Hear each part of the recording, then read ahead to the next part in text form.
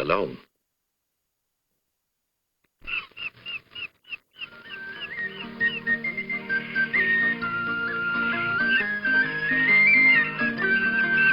And we're all up to Dublin in the green, where the helmets glisten in the sun, where the bayonets flash and the rifles crash to the rattle of a Thompson gun.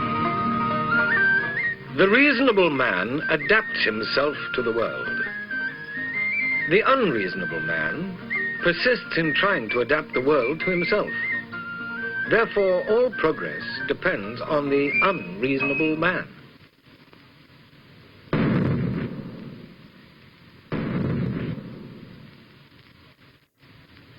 The rain came down like bullets, and the bullets came down like rain, as Oliver St. John Gogarty the river bank did gain. He plunged into the raging tide and swam with courage bold, like brave Horatius long ago in the fabled days of old.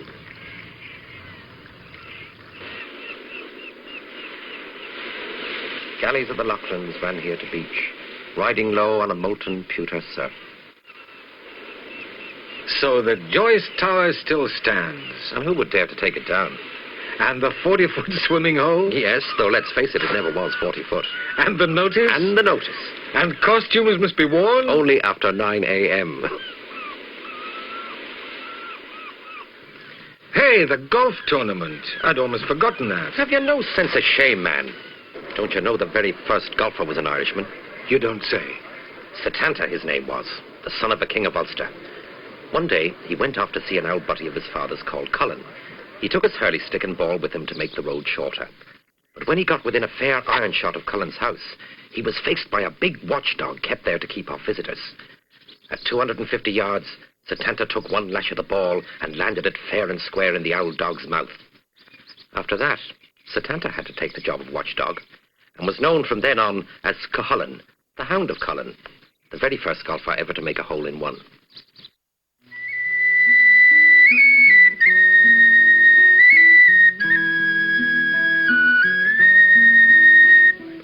Qualities of a certain cheerful indolence, of an inbred fatalism, an instinctive response to emergency, of a passion for pleasure, of a marked indifference to punctuality, And a deeply rooted suspicion that what is delightful is seldom, if ever, respectable.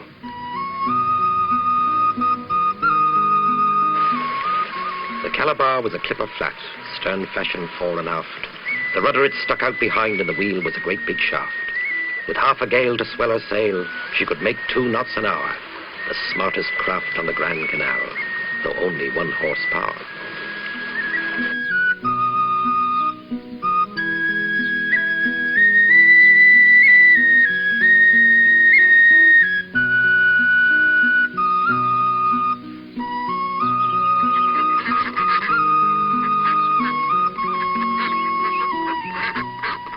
You know what the hard Arthur Wellesley, Duke of Wellington, is supposed to have said when someone said he was an Irishman?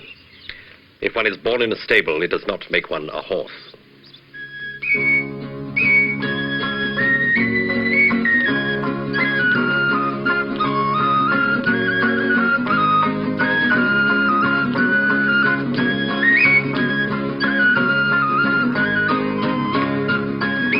But thunder and lightning is no lark when Dublin City is in the dark. Would you care to go to the Phoenix Park and view the zoological gardens?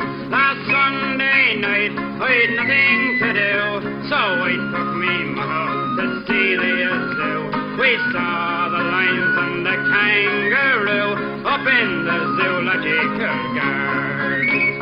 And thunder and lightning is no lark when Dublin City is in the dark. Would you care to go to the Phoenix Park and view the zoological garden?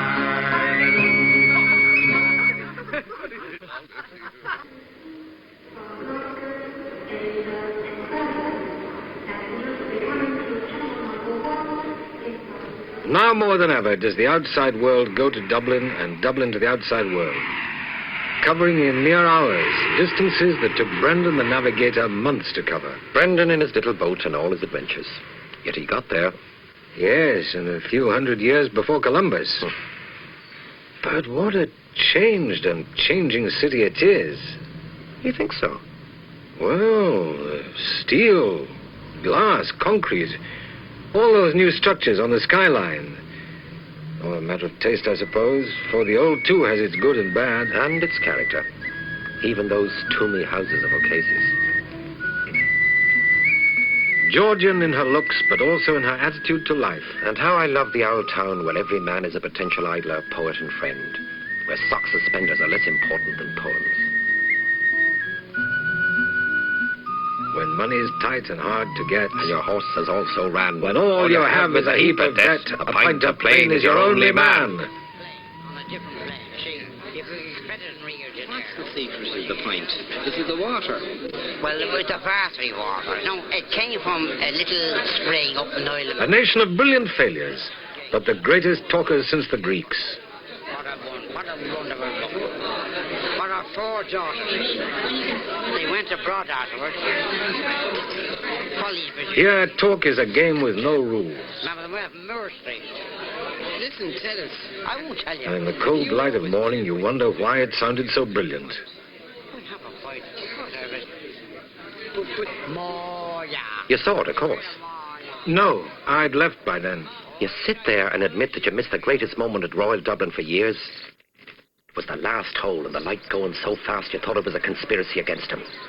His second shot, and plunk. Down it comes onto the green as softly as a seagull's egg. As near the hole as makes no difference. Oh, come on. That was luck. Luck, he calls it. Nothing of the kind. A master stroke by a master craftsman. A local boy, of course. Such chauvinistic considerations never entered me head. It was just that the best man was winning, and it stood... Shh, just a minute.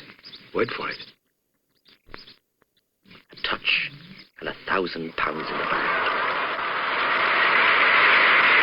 Of course, had it been me, my strategy would have been quite different. Coming up the fairway, I'd have tried to drop the ball just a little bit.